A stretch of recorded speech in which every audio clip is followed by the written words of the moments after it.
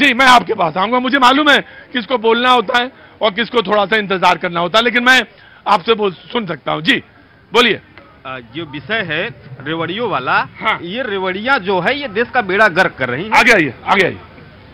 जी हाँ जी। ये जो रेवड़ियों वाला विषय है, हाँ। ये रेवड़ियां सभी बांट रहे हैं सिर्फ वोट के लिए और देश का बेड़ा गर्क करने के लिए। लेकिन दुर्भाग्य ये है, मैंने देखा है कि जो अभी 75 सालों से इस देश हुए आजाद हो गया है, सब गरीब वंचित शोषित की राजनीति कर रहे हैं। 80 करोड़ को फ्री में राशन में दिया जा रहा है और मैंने देखा है मेरे बगल का व्यक्ति बुलेट से जाकर राशन लेकर किराने के स्टोर पर बेच रहा है। और दुर्भाग्य है इस देश का कि बेड़ा गर्क यार फ्री में कोई राजनीतिक दल नहीं है। अच्छा, भाजपा वाले अरविंद केजरीवाल को गाली देंगे, अरविंद केजरीवाल भाजपा को गाली देंगे, कांग्रेस वाले इन्हें गाली देंगे, सब एक दूसरे को गाली। इनका जन्मसिद्ध अधिकार है असत्य बोलना।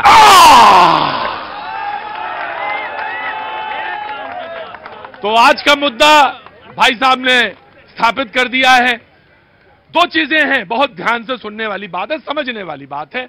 एक होती है सब्सिडी और दूसरी होती है योजना, जो कि जन सरोकारों से जुड़ी हुई है। अगर मैं आपको ट्रेनिंग देता हूं तो वो रेवड़ी में नहीं गिनी जाएगी, क्योंकि मैं आपको एक श्रम के लिए बढ़ा रहा हूं आगे, तो आप हमको प्रोडक्ट देंगे तो वो प्रोडक्टिविटी में माना जाएगा। लेकिन बहस की शुरुआत करते हैं, पहले कांग्रेस एंड देन बीजेपी और जो तमाम सारे लोग आज हमारे साथ मौजूद है। आज तो मैंने तारुफ भी नहीं कराया, किसी का परिचय नहीं कराया।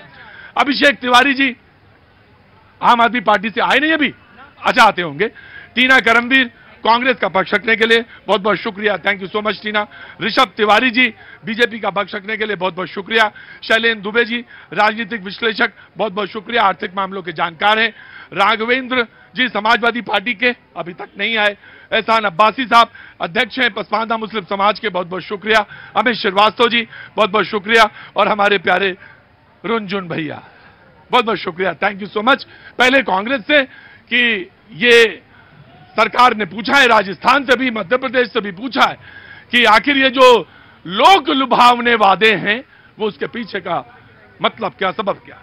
देखिए, मुझे लगता है कि ये जो कहना रेवड़ी कल्चर, मुझे लगता है जनता का अपमान करना है कि रेवड़ी कल्चर क्यों कहा जा रहा है, जबकि किसी को भी अनाज देना या इसमें क्यों। देखिए, हम कल्याणकारी राज्य में रहते हैं और जब कल्याणकारी राज्य में रहते हैं तो सरकार की जिम्मेदारी है कि वो ऐसी नीतियां बनाए और वो जितनी जन कल्याणकारी जो नीतियां है वो जनता को दे।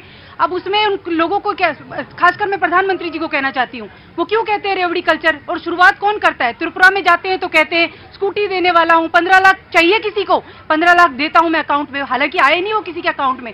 लेकिन जब देश के प्रधानमंत्री ये कल्चर की परंपरा शुरू करते हैं और फिर आकर ये बोलते हैं कि एक कल्चर नहीं होना चाहिए, रेवड़ी कल्चर नहीं होना चाहिए, क्योंकि मुझे लगता है उनकी जमीन खिसकती जा रही है, इसलिए उनको डर बैठ। तो क्या जब जमीन खिसकती है तो रेवड़ी आती है, या चुनाव जीतने का एक हथकंडा है, चुनाव कैसे जीता जाए ये वो लोग जानते हैं कि कुछ ना कुछ देना पड़ेगा। शुरुआत 2006 से मानी जाती है।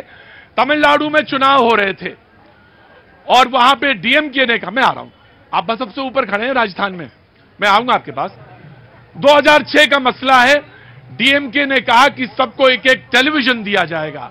मैं अगर आया जीत के तो एक एक टेलीविजन सबके घरों पर होगा, और उन्होंने कहा था ये टेलीविजन जो है महिलाओं के लिए है और ये शिक्षित करेगा।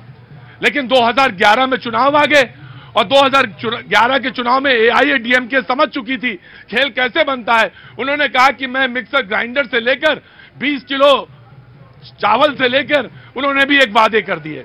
बहरहाल अभी कुछ दिन पहले 2014-13 में सुप्रीम कोर्ट ने कहा कि ये जो लोक लुभावने वादे होते हैं, इस तरह के वादे, ये लोकतंत्र के जो जड़ है उसको कमजोर करते हैं।